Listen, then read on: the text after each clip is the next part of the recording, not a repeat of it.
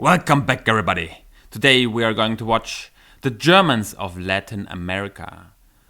I know there's a lot of villages, German villages in Latin America, especially in Chile, Argentina, and a few in Venezuela. But that's about it. And that a lot of Nazis fled to Argentina after they figured out they were about to lose. So, yeah, let's see. There's gonna be something interesting here. Let's go.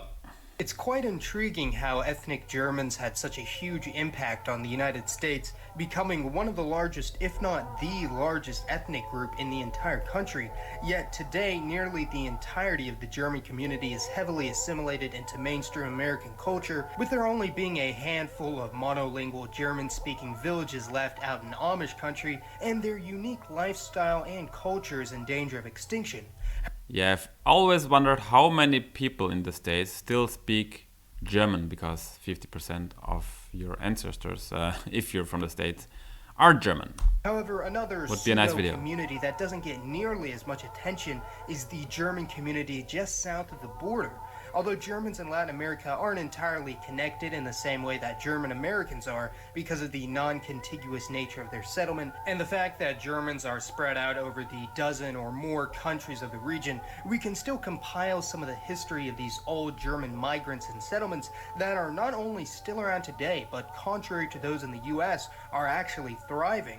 Really? Unlike other European migrants They're thriving? to the Americas like the Italians, British, and Slavs, who for the most part had highly concentrated immigration to specific regions of Latin America, such as Italians to the southern There we are. Argentina is full of Germans. Oh, there's a big patch in Brazil as well, huh? cone, Wait, that was also Brazil. Argentina is here.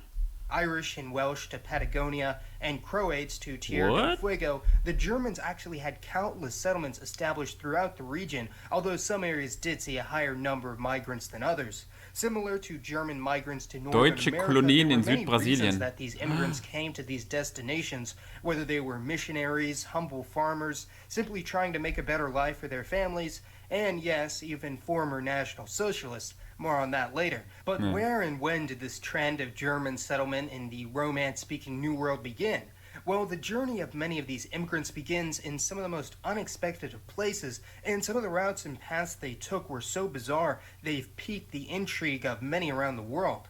Interestingly, the flow of Germans to Latin America begins hundreds of years ago, not too long after the discovery of the New World, and in the 1530s the first German colony was established in modern Venezuela, a few miles outside of Maracaibo, with permission from the Spanish crown, who were in debt to German bankers. Although this small colony was very short-lived and lasted less than a decade before it was abandoned, smaller numbers of German merchants started to settle in other areas of And where Spanish did they America, go? particularly those that were already established, such as Panama, Hispaniola, and even Peru further south. Similar to the Hessians' use in the American Revolution. What I don't understand is, I am German, I have no idea about all of this.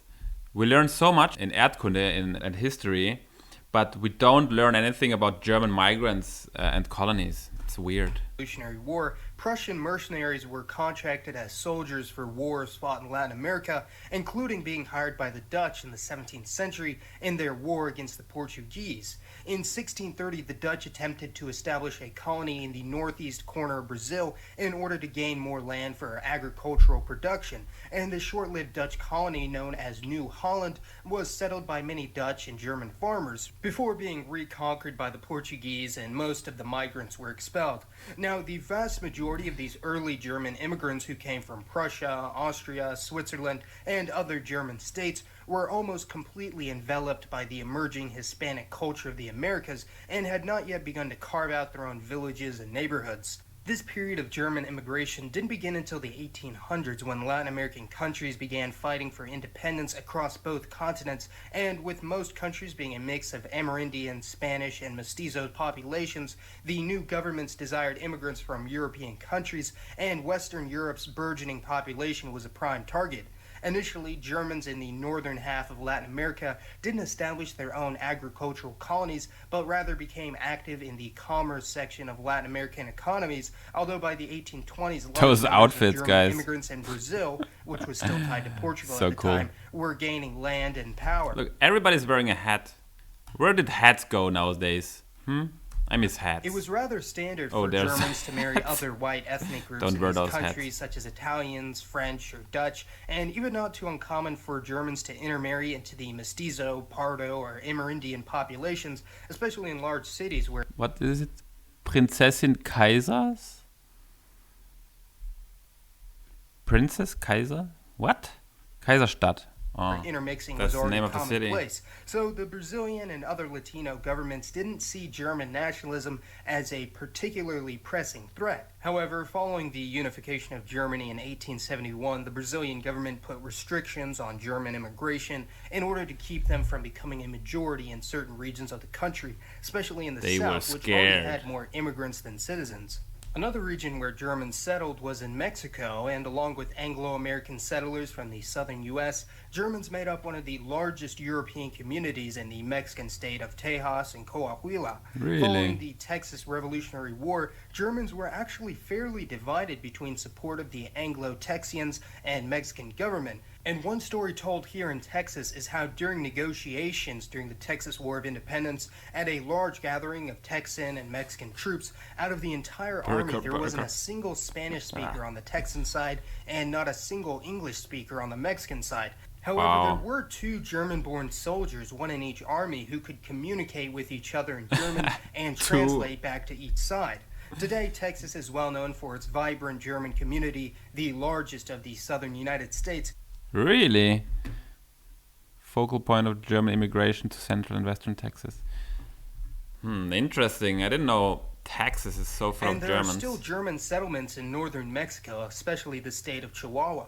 I gotta Similarly, visit. the town of Colonial Next holiday. in Venezuela was established in the 1800s as a colony for German migrants from Baden-Württemberg, and the majority of I'm its from inhabitants Baden-Württemberg. still speak a unique dialect of German that is What? difficult to understand for other native German speakers. What?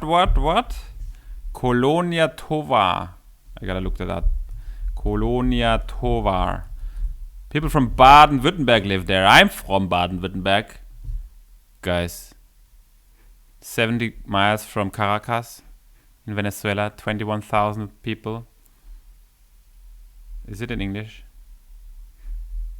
Guys, there are still Germans living there. Look at the flag. Oh my god. It's a German kind of looking flag. I know where I'm going next. Okay, those people here are from the Grand Duchy of Duchy.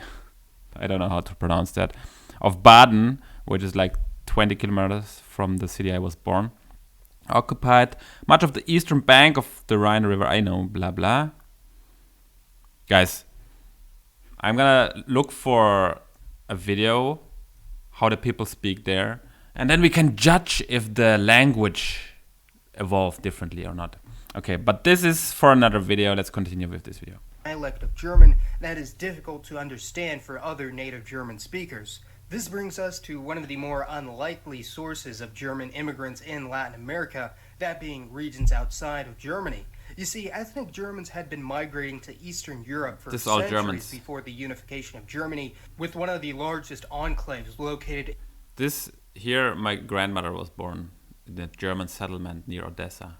in the Russian Empire, a group known as the Volga Germans. Facing troubles with the Russian government, many Volga Germans left Russia, Kazakhstan, and other parts of Eastern Europe for Latin America, especially Argentina, where an estimated 60% of German Argentines are of Volga German descent. The Mennonites are unique among German migrants not only for their incredible lifestyle, but for the odd way in which they settled in the region. The Mennonites were originally a Protestant sect from What is this Europe. beard? However, many fled to Who America grows such a because beard? of extreme persecution, and their descendants in the American state of Pennsylvania became known as the Amish. Although many Mennonites established colonies even further, such as in Canada and the western United States, Mennonites from the U.S. and Canada trekked south in order to settle uninhabited lands, while Mennonites from the USSR fled to Latin America in order to evade communist rule. And today, You know what's funny, guys? The Amish people who are of German descent, they reject technology,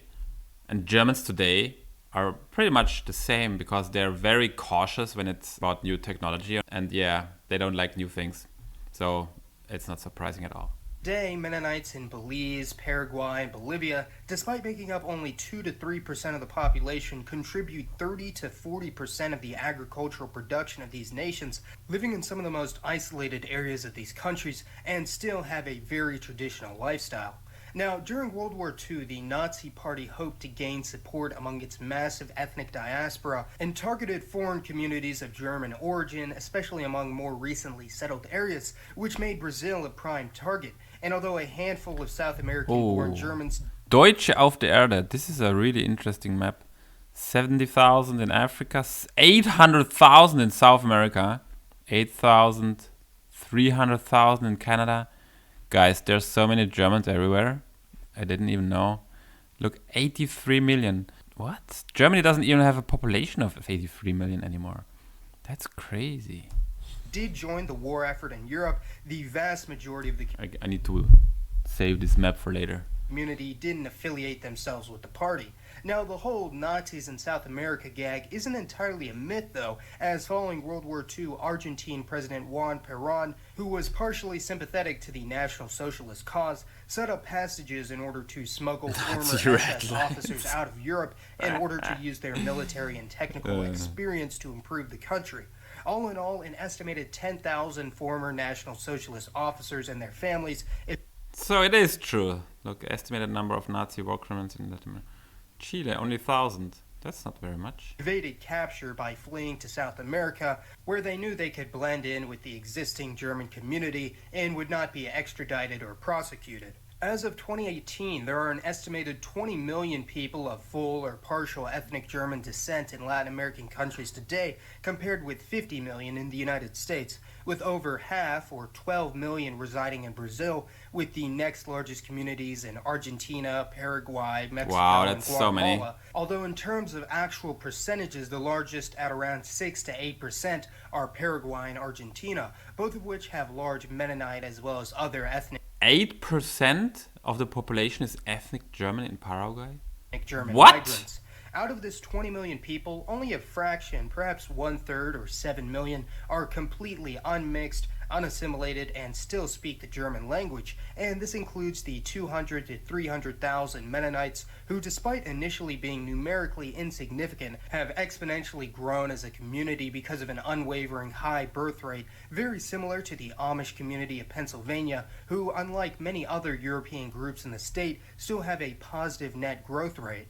This, of course, means that the majority of Germans in Latin America are culturally assimilated into their new countries, speaking either Spanish or Portuguese as a first language, and no longer adhering to any traditional German customs, Except drinking beer.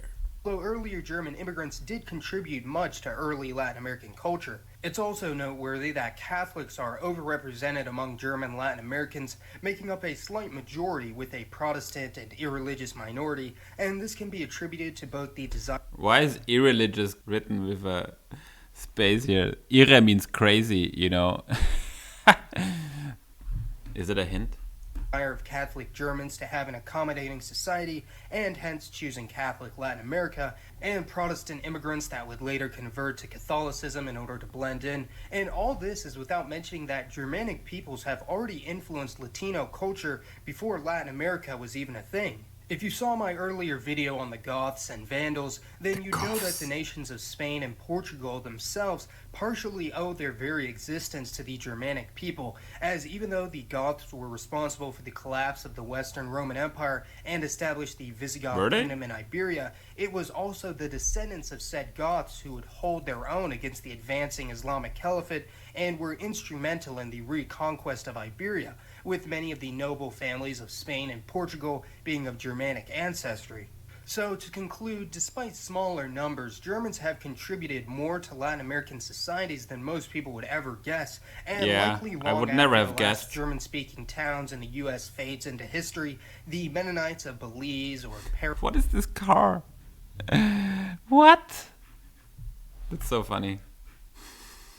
or Mexico or Peru will continue to carry on their traditions and culture. So please let me know your thoughts on the German immigration to and influence on modern Latin American countries. Let me know which Latin American country you think was most heavily impacted by the Germans.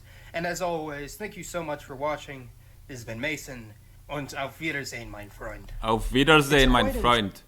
Amazing video from Masaman. Yeah, if you enjoyed this video, go subscribe to him. I will. This was very informative, and I'm very much blown away on the numbers of how many Germans moved to South America. I don't understand why we don't learn this in history. It's like, it's important, right? You want to know where your people went, so you can visit. I didn't know. I want to have a list of all the German settlements, so I can go there and say hi to my brothers and sisters who live far away. I can talk with them in German, and I can drink a beer with them. It would be great. If any of you know a website that has a list like that, please drop a comment below. I would very much appreciate it. But I must admit, I have never been to one of those settlements that is in another country, a German settlement. The only city I've been to was in Romania, in Brasov, or Bravos, was it Brasov? The city where Dracula came from. Was also built by Germans, but they're not living there anymore. Just Romanian people live there. But it looks like a German town, and it was very surreal to see that in a very strange other setting. But with that said, I hope you enjoyed this video, and see you in the next one.